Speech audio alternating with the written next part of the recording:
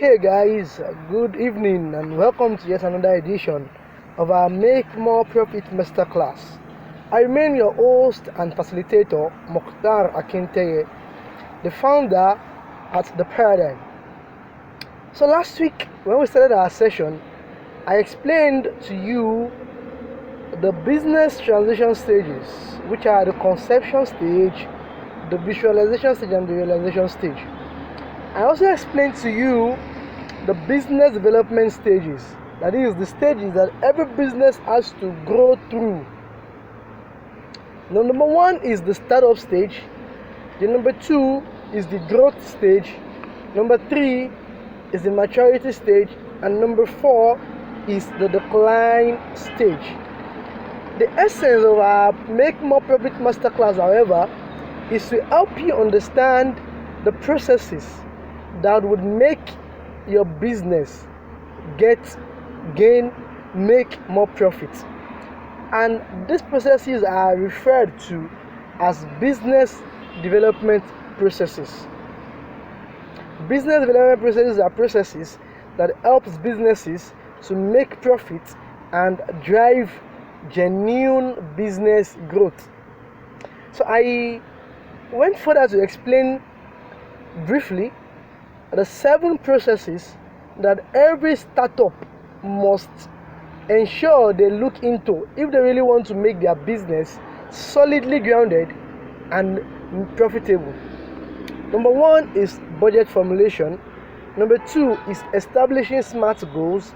Number 3 is undertaking SWOT analysis. Number 4 is measuring your progress using KPIs, which stands for Key Performance Indicators. Number 5 is crafting an elevator pitch. Number 6 is targeting a specific audience. And number 7 is highlighting and creating an outreach strategy plan. So these 7 processes are needed and important if you really want your business to achieve success, to grow sustainably, and to become profitable. So, as I promised last Sunday that I would be taking us through each process, explaining to us exactly how to achieve each one of them. So today we're going to be talking about how to formulate a budget. Yes, how to formulate a budget. Understand that when it comes to business ownership and entrepreneurship, many business owners shy away from anything financial, be it record keeping, budget formulation, financial statement creation, and the likes. However, if you really want to succeed as a business owner, you must have a basic idea of financial processes. And when it comes to budget, you as the owner of the business are in sole position to ensure that the budget comes out right. In fact, for many established businesses, the business owners are usually not concerned with many other things. They are not concerned with operations, they are not concerned with recruitment, because they already have processes in place to ensure that all those goes right. But when it comes to budget, they are concerned, because it is budgeting that helps you analyze how to spend money, and eventually it helps you balance up whether you're making profit or not. Because if you make a budget and you spend that budget, then you really want to know how much you are making in return. So, for the essence of today's class, I have drafted a kind of outline that we would follow. So, this outline includes the benefit of having a business budget, the steps to formulating a business budget, the phases of a business budget life cycle, and lastly, how to make your business budget efficient. Now, Before I move on to the benefit of having a business budget, let me briefly explain what budget really stands for. I am aware that all of us are not just hearing the word budget for the first time. At least if you've not heard of it as a business term, you would have heard of it as a national term. Recently, the presidency sent its budget allocation for next year to the House of Assembly, to the House of Senate for approval. And our country's budget runs into trillions of naira. So that means that even for a country as complex as Nigeria, which has different sectors, you still have to have a budget. Budget especially is needed for you to streamline how you spend money. Last week when I was explaining formulating a budget, I explained that there's a need for you to call on your teams or your employees to give you a budget of how much they really want to spend if they want to achieve their specific objectives. This is key because when you want to achieve something, then you spend on that thing, but you should neither overspend nor underspend, and that is why a budget is important. A budget is a kind of document in business now. It's a financial document that helps you plan how much you want to spend on your business in order to achieve the profits that you want to achieve. So let's jump right in. What are the benefits of having a business budget? Number one benefit of having a business budget is that it helps your business. So when it comes to benefit of having a business budget, the number one thing on my list is that when you have a business budget, when you have a plan of how you want to spend money for your business, then it makes running your business more efficient. As in, imagine that you already planned that, okay, for this month you want to spend 100,000 naira on your business. Out of that 100,000 naira, 50,000 naira is going into fixed expenses. 30k is going into variable expenses. 20k is going into emergency funds. And you've listed exactly what you want to achieve with the 50k under the fixed. Perhaps you'll be paying your salary, your worker's salary, you'll be paying the rent. You've highlighted how you want to spend that fixed expenses, that 50k. You've also highlighted what you want to achieve with the 30k under the variable expenses. Okay, before I go there, let me explain what fixed expenses, variable expenses, and emergency funding means. So fixed expenses are things that you do every month or every quarter or every year, such as your rent. If you pay rent on a yearly basis, that is a fixed expense. If you pay salary on a monthly basis, that is a fixed expense. It does not change. If you pay taxes, it is fixed. So that's fixed. Variable expenses are those things that are not fixed, that you can change. You can decide to do them or not to do them. So examples are your utilities. Your utilities, such as your NEPA bill, your water bill, your office equipment, these things are not fixed. Let's take NEPA bill for example. It is not the amount that NEPA bill, that the PHCM brings to you this month, that they will bring to you next month. So it is changing. So part of what you should note under your variable expenses is that you have to plan for your own development. Bigger companies have a way of sending their employees on. They have a way of sending their employees. So yes, bigger companies have a way of improving on their employees' professional ability by funding their professional development. You too, you should do that, even if it is only you.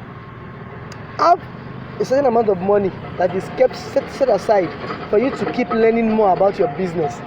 This is going to prove more efficient for your business on the longer run. So when you have a budget, a plan of how you want to spend money on a monthly basis, on a quarterly basis, on a yearly basis, it makes your business more efficient. That is number one. The number two benefit of having a business budget is that it helps you estimate what it would cost your business to become profitable. If your business needs to spend 10,000 naira as an advertising fee for your business to make 100,000 naira revenue, and you know that your total operating cost for that month is say 100,000 naira, then you know that if you really want to achieve much more than your operating costs, which would make you make profit, then you have to add to your ad spend. You have to budget more money for your ads. So this is a prime example of how your budget helps your business identify how to make more profit. Number three is that it helps you eradicate wasteful spending. So during the course of making your budget, if there's something that you've been doing that does not really yield positive result for your business, you would identify it and you would eradicate it. Number four is that by having a budget and balancing that budget with your sales, with your revenue, you identify the months that you make more profit as against the months that you do not make more profit. And this is going to help you cut back on how much you'll be spending in those lean months. I call them the boom months and the lean months.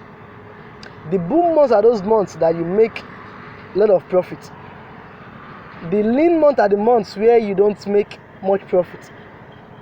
Sometimes it could be because of the season. It could be because of, like for instance, one of my businesses, Reactmont Enterprise, where I sell building materials. Anytime from November ending up until February, yes, this time of the year, we usually do not make more sales. The reason is I identified that many of my customers tend to stay off their building projects during that time. So they tend to stay off their building project during that time because they want to accept if that building is almost completed. So what they do is by November they stop their projects. They want to save up for the end of the year activities. So December they spend that money. January they resume back to work and start saving up again to start up their project again. So before we start getting sales as we ought to be getting, it's around February ending to the first week of March. So by knowing that, I'll be able to plan my budget and ensure that the months of November, December, January, February, I cut back my variable spending as much as possible. And this explanation also explains the last benefit, which is that by having a budget, it helps you predict your slow months and keep you out of debt. So since I know that I will not be selling enough building materials in November, December, then I won't have to get my suppliers to give me my supply materials. No, I'll just take only a little. So those are the benefits of having a good business budget. Now the next thing we need to look up into is the steps in formulating your business budget. But before I go into those steps, I would like to explain the basic elements of a good budget. I've explained it in the previous outline I've explained some of it. So now we have 3 or 4 basic elements of a good budget. Number 1 is revenue. Number 2 is the expenses. Number 3 is the emergency funds. And number 4 is savings.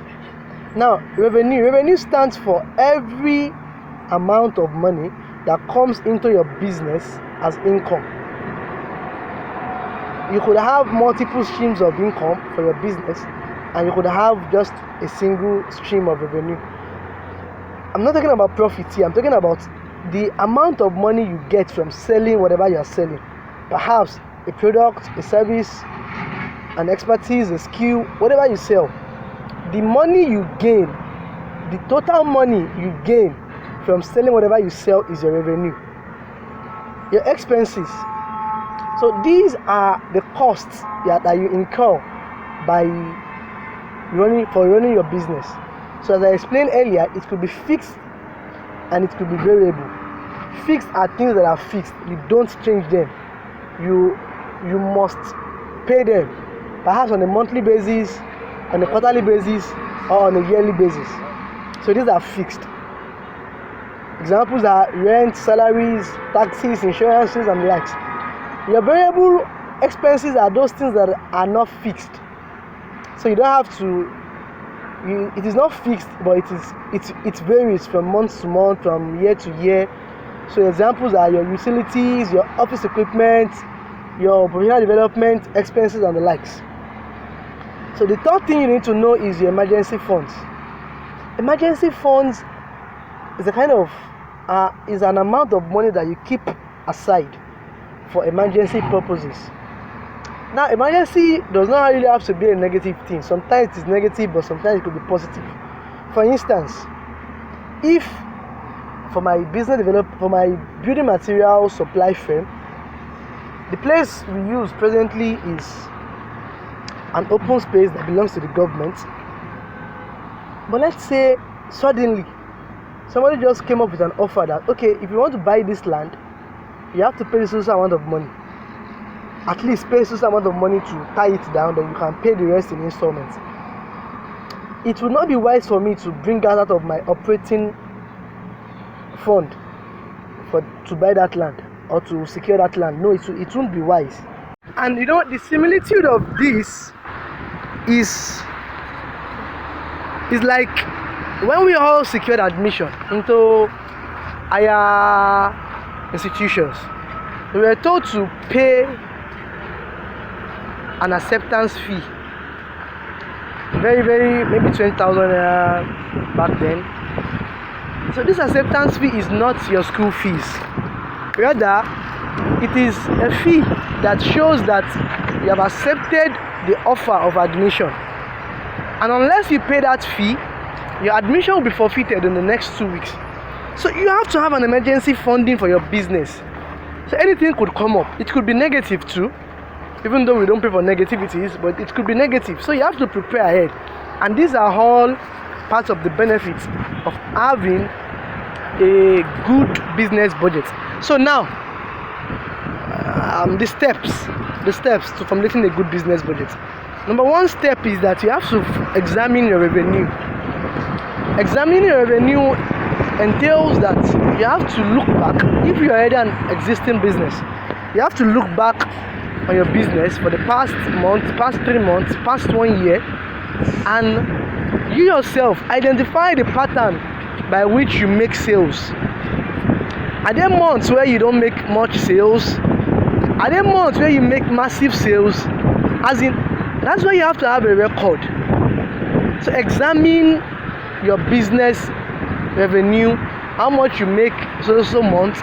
Look at the pattern, and this would help you understand how much you make each month, and also how you make money. So by examining your revenue, okay, before I go there, all you just need to do after examining your revenue, or to examine your revenue if you're already an existing business, is to get a recording app, as in record. Make sure that you have your business under record. Seriously, until you start recording your business finances, you are not really a good business owner. So that's that. In your business finances, you are not really a good business owner yet. So that's number one. Number two thing that you have to do is to determine your fixed costs.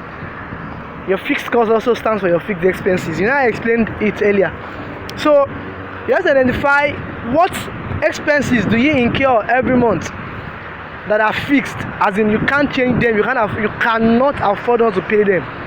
If it is your salary, identify it, pen it down. Be sure of how much your business has to spend every month on a fixed level. Number three is that determine your variable costs. Okay, you've known what are fixed, what you must pay for, what you must buy, it could be operational costs. Maybe you have to. Usually, your variable cost includes your operational costs, unless if you already have a fixed kind of supply and demand system for your business. But usually, your operational costs, because of buying raw materials and the likes, they are variables. They vary from time to time. So identify your variable costs. Then number 4, set aside an emergency fund. I explained it earlier too. You have to have a fund, an amount of money that you have set aside for emergency funding. Number 5, this is where the job is. All what you have done so far is to look at the past. You've looked at how much revenue you make. You've determined your fixed cost based on what you've been doing so far. You've determined your variable cost based on what you've been doing so far. You set aside an emergency fund based on what you've been doing so far. Now you need to create a profit and loss statement. No one would ever give a business money to do a business without this kind of statement. It's a document, the P&L, as we usually call it in the business line.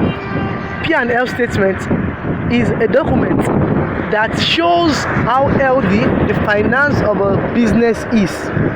So using our steps 1 to 4, create a profit and loss statement. All you have to do is that examine, as in list out your revenue sources for a month.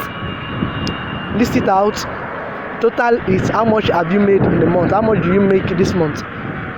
For the second, then also identify your costs, your fixed, variable and emergency costs for that month. How much did you spend on fixed expenses? How much did you spend on variable stuffs? How much did you spend on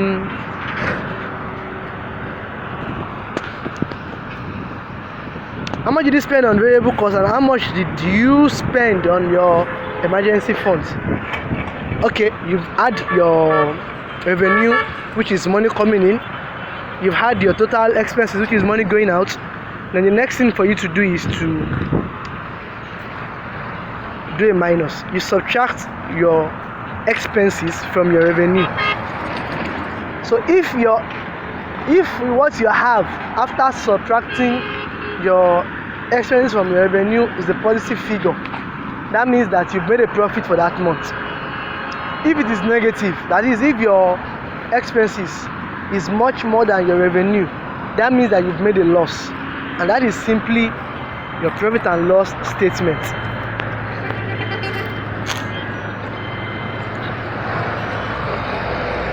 Created your profit and loss statement, which is a document that shows your past history, how much you've been making, how much you've been spending on a monthly basis. Then this document helps you to create a budget, as in you now focus on the future and create a future focused budget. So it's going to be more easier when you already have something to guide your thoughts. You already know how much you spend on a fixed level every month. You already know how much you spend on a variable level every month. So creating a budget of how much you really would be spending for the next coming month would not be a problem. So your budget could be created on a monthly basis, on a quarterly basis, and on a yearly basis. Now, what are the phases of a business budget life cycle? Okay, so before I round up, there are phases for a business budget life cycle. And we have a business budget life cycle has four phases. It has four phases. The first phase is the preparation phase. That is the stage where you prepare your budget. And if you have teammates or employees, that is the phase where each one of them prepare their budgets for their own department and submit it to you. The second phase is the business approval phase. That is the phase where you, as the business owner, approves the budget. If there's a need for you to cut off some parts, you cut it off with reasons, especially the variable expenses.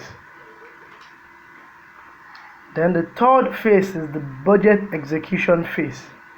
Don't forget that before you start executing your budget, before you start using a budget, you must have had your record in place.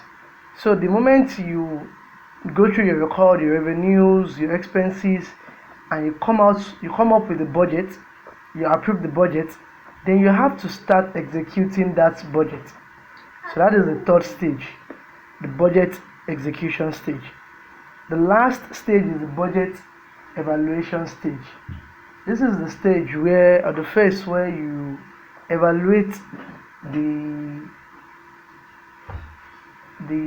benefits of the budget that you've prepared and that you have executed. So now the last part of this presentation is making your budget efficient. There are certain tips that I would like to share with you that could help your business budget more efficient. Now, tip number one is that you have to invest in accounting softwares. You see, gone are the days where you have to have only a cash book and keep recording every transaction on your business in a book every day. So nowadays there are lots and lots of softwares, apps that could help you record your transactions and keep track of your spendings. So as I mentioned in the last class, we have Oze, we have Opay, we have Konash, we have Cashier, and lots of others. However, I personally use Prosper because of I have noticed that it is more efficient, and it gives you the opportunity to create a bank account alongside your recording activities. So that is number one. Number two is that there's a need for you to hire an accountant. You see, all what I've explained regarding budgets, regarding profit and loss statements, they are just basic things that you need to know as a business owner. But there are some deeper things that for you to actually understand, you have to have the service of an accountant. So you could either hire an accountant if you have the required financial capability, or you could outsource that part of your financial service to an accountant who works. For example, the paradigm, we have a department that takes care of financial and tax matters, and especially because of tax matters. Normally, many businesses do not pay tax. We run away from taxes, and this is not good in the long run. Apart from the fact that you'll be fulfilling your own national statutory duty by paying tax, you also would be providing a better future for your business, because the time would come when you might need to work with government agencies and the likes. If you don't pay tax, it may be difficult for you to get those kind of contracts. So it is good for you to hire an accountant, especially for tax matters. Number three is that you have to manage your budget app daily. Now, we all know that we have lots of documents that pertain to our businesses. We have invoice, we have receipts, we have IPOs, a lot of things. So it is good that every day, after you might have issued invoices, received, you might have gotten your receipts from your own suppliers and the likes, you must balance up your paper recording with your app every day, even if it's 30 minutes. So this is going to help you stay afloat of your game and will not make you miss out on some things that you ought to have done. So I think this is going to be the end of this class for today. Hopefully during the next, before the week runs out, I would share with you another video explaining how to create your smart goals and objectives, so that we could be able to meet up with a timeline that will make you able to fulfill all the processes that needs to be done for your business to grow sustainably and profitably. So I hope that you've learned some other things from today's class, and I look forward to getting your questions, your observations, your recommendations. So till I come your way again, my name remains Mokhtar Akintege. Have a lovely day.